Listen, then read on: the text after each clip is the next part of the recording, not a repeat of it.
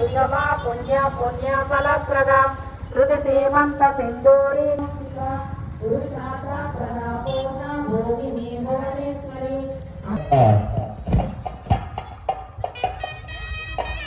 Hello Shri దేవి శరణార్థ సంబంధంగా రేపు మధ్యాహ్నం 12 గంటలకి మా పూజా ప్రాంగణం వద్ద అన్నమహాప్రసాద కార్యక్రమం జరుగుతుంది. కావున భక్తులు